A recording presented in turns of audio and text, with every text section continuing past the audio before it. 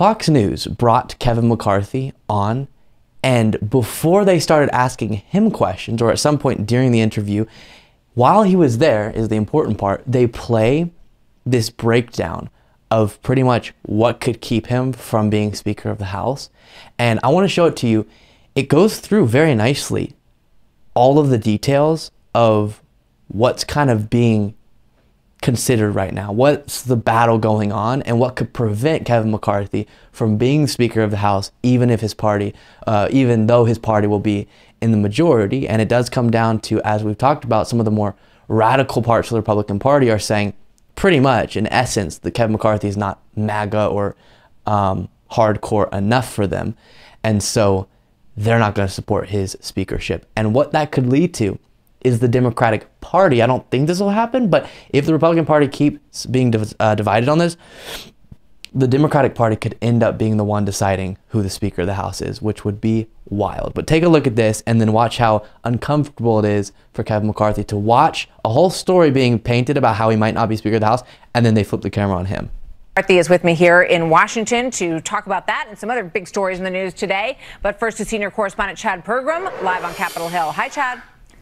Martha, here's the key. The winning candidate must secure an outright majority of all members voting for someone by name.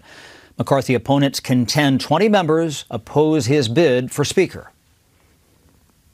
It's clear Kevin McCarthy doesn't have 218. He's not going to have 218. The sooner that we get past the denial and the anger stage and move right on through depression and into acceptance that it's not going to be Kevin McCarthy, and we can consider openly other candidates who can build that coalition of 218, the better off we'll be.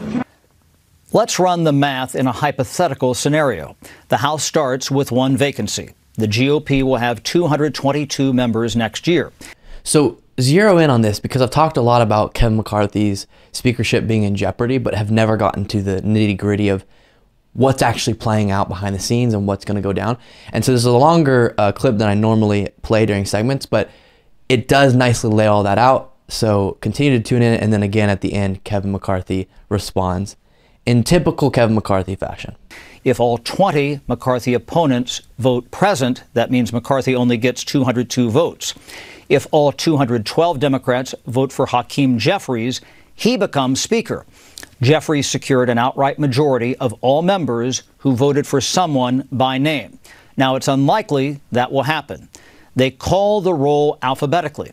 Sometimes people who say they will oppose a candidate for Speaker get cold feet. If your last name begins in a W, that's different than your last name begins with an A.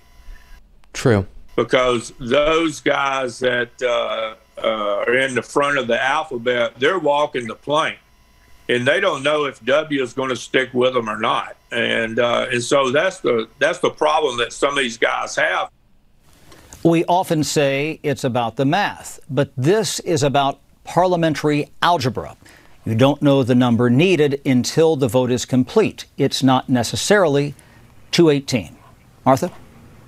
Thanks for clearing that up, Chad. Thank you very much. Joining me now, House Republican leader Kevin McCarthy. Okay, I need y'all to understand before you watch his response, he's terrified.